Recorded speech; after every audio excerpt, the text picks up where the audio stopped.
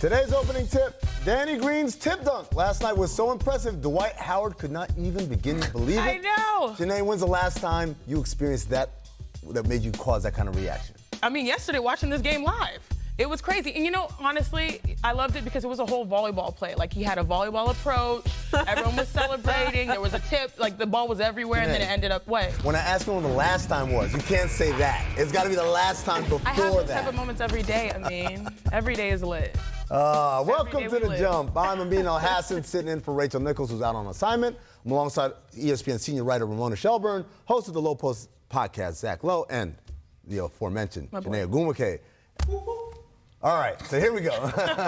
She gets a shout out. Coming up, Anthony Davis made it a goal to win Defensive Player of the Year, and after 13 games, is he on pace to add more hardware to his mantle? But first, last week, the basketball universe was abuzz with the news of Portland's impending signing of Carmelo Anthony, ending his unofficial 13-month exile. And while, yes, we're all excited and happy that Melo will get his shot at redemption, I can't help but think about another group of players, many of whom are searching for their first shot of any kind, G-Leaguers. When I was assistant director of basketball ops for the Phoenix Suns, one of my responsibilities was to accompany our assignees down to our affiliate in Iowa. By the way, our affiliate coach at the time was some dude named Nick Nurse. Lost track of where he is. I heard he moved to Canada. That worked out. The North. All right. At the time, we then looked at the then named D-League as an opportunity for our young players to get some meaningful playing time that they wouldn't necessarily receive up with the parent club. Yet when I think back, one of my great regrets is that we didn't make a more concerted effort at minor league mining, and specifically, I didn't do more to push harder for G-League prospects. Scouting the G-League has always been a different proposition to me than scouting collegiate prospects, where optimism rules the day and we place ceilings and floors of how good a player can be. Rather, G-League scouting involves breaking preconceived notions of who a player is as he's moved on from who he once was when he was first scouted. Finding a player in the draft is like buying your diamond from a mall jewelry store. Finding a player in the G-League is more like finding your diamond in the rough. It's a bit more work, not as sexy. Trust me, you don't want to see Des Moines on a Tuesday in February. But it can be an incredible resource for talent, especially on a budget.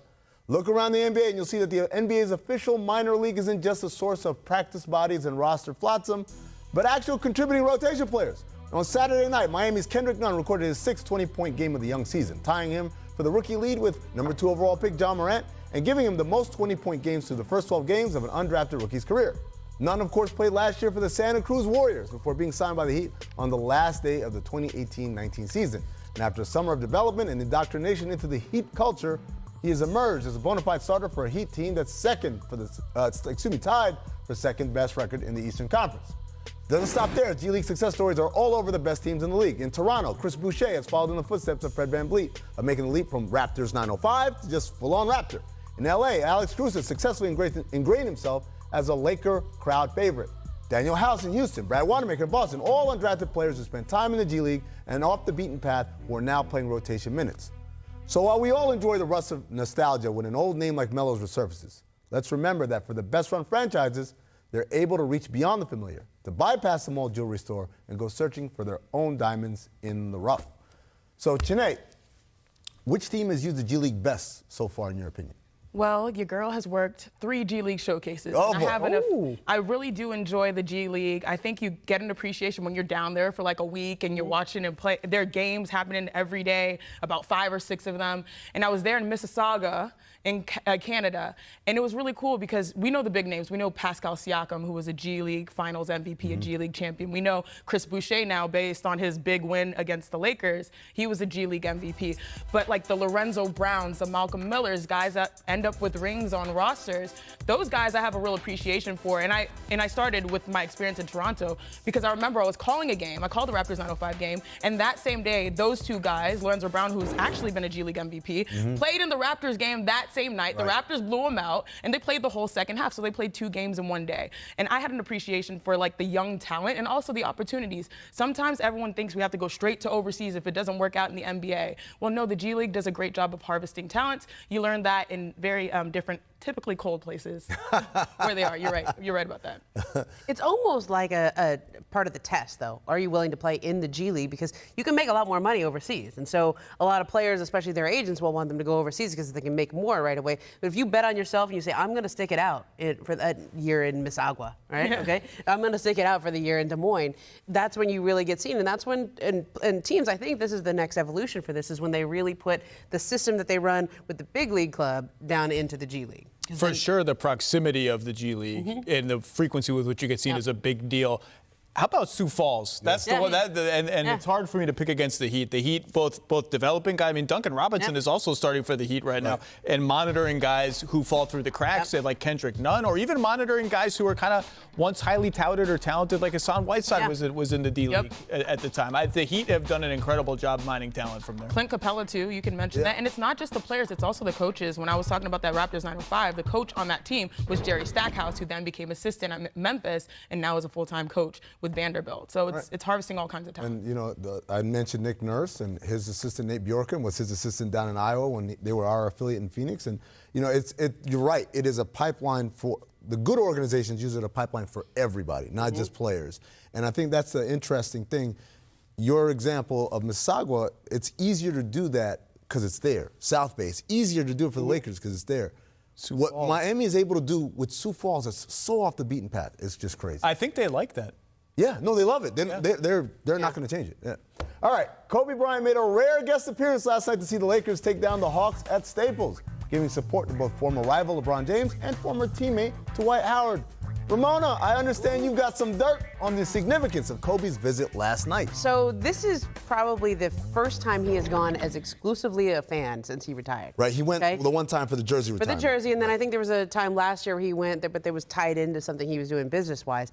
This was just Kobe going because his daughter wanted to go.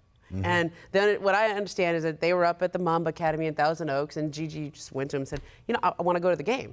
And so Kobe went to the game and sat courtside. And this, like, I don't know if you know the optics of how important that is for Kobe to be giving LeBron that endorsement, but they have not had a lot of contact since LeBron has come to town. There was that phone call last year, but they've really kind of talked around each other. There hasn't been a lot of connection between the two standard bearers of the franchise, and I think there's been some chilliness with Laker fans, at least, in embracing LeBron, but feeling like this is still Kobe's town, and like, do you have to reject Kobe to embrace LeBron? LeBron's playing like an MVP this year. Kobe showing up, giving him that hug and the dap, I thought was a big moment, whether it's between them just optically or for everybody. And I love it because it sort of happened chance, because Kobe is in the mentorship stage of his career. As WNBA players, whether it's NBA or WNBA, whatever league you play in, Kobe is looking to help give his knowledge to the next generation. And that's largely because of his daughter is a hooper, and she loves basketball. Throughout the summer, we saw him at our the Vegas Aces game, the WNBA All-Star game. He's been to more Sparks games. Does that shock you that he's been to more Sparks games than Laker games? More WNBA games probably than Laker games, but it doesn't surprise me because he has a daughter that wants to play basketball. And I think that the player you're alluding to, I want to go to a game, it's Trae Young. It's the next generation. So you have that Mamba Academy where a lot of players are around, and it's largely because he's looking for positive role models. And of course we're going to sign up. I know there's like a Kobe camp that I'm probably going to go to in January. You a counselor? Yeah, I mean, I'm trying to get my work in. It's largely because everyone wants to get the knowledge from Kobe, also wants to give back to the game. So he's allowing us to give back to his daughter and his daughter's team.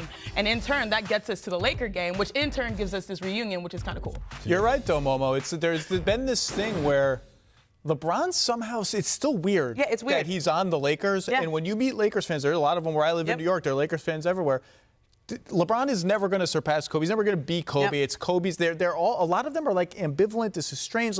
But you know what solves all that is winning and being maybe the best team in the NBA. Sure. More than a Kobe, I mean, there's still Laker fans that, like, he's King James, but Kobe's still probably the king of LA. Oh, for sure. So for him to have that moment with LeBron, like, that was as close as an endorsement as you can come. The supreme leader of Kobe stand is what he called him. LeBron is King James. Kobe's the supreme leader. Aside from Kobe's appearance, the Lakers moved to an NBA best 11-2 last night against the Hawks. Anthony Davis had his second 5-block game of the season and is the only player in the NBA averaging at least 3 blocks a game. Davis proclaimed 2 months ago his goal this year was to win Defensive Player of the Year. Zach, nearly 4 weeks into the season, is AD on pace to win the award? I think he's in the conversation more seriously at this stage than he's ever been. I mean, there's been a lot of seasons where it just seems like he should be a Defensive Player of the Year candidate. And the Pelicans always underperformed. It wasn't necessarily his fault, but it just never happened. And now the Lakers are the best defensive team in the league with personnel that is good and big and rangy. But he's the one that's really making it all happen more than anyone. And he can guard whoever they ask him. I mean, he guarded Kawhi down the stretch of the very first game. So I think he's more seriously in the conversation than he ever has been. Absolutely agree, and it's really funny because if you look at the numbers here, first in blocks per game, if you think about going to the rim, I was watching the game last night, I was like, oh, that's a bucket, never mind. Oh, that's a bucket, nope, he got it. Like, his range is ridiculous with his wingspan. Yeah, he's leading in blocks, but I just think the overall effect he has, this Lakers team was 13th in defensive efficiency last year. Now they're first. Adding Anthony Davis and also getting Dwight Howard has a big reason why they have been able to be better defensively, largely because that rim protection makes everyone better. Avery Bradley's able to, be better on the ball. Danny Green is obviously talented in transition defense. So it's a contagious effect, but this is the year for him to win DPOY. I mean, he has always had that ability, like you said, Zach. I remember going to Draymond Green a couple years ago. After Draymond had won it, the next year, the Warriors didn't have the team stats, and he hadn't had that kind of a year. And I said, who do you like? Like, you're the reigning defensive player. Who do you like? And that was the year Gobert ended up winning, and maybe Draymond was just giving a little poke to Gobert. But he goes, I like Anthony Davis. He's the guy who can guard 1 to 5, and he has no weakness. Like, you can't just bring him out on the perimeter and then beat him off the dribble. Like, he can guard you. He's the ultimate help defender. And I think that now he's finally on a team where that team is going to lift him, and he lifts them because he's inspired. Is this the best defensive play that LeBron's had in his career? I mean, in a while. At least say in a while. In a while, and with Kuzma back now, they're going to play him at center more, which is going to give him a chance to show off his rim protection. By the way, you're right. Danny Green, greatest transition defender, maybe ever.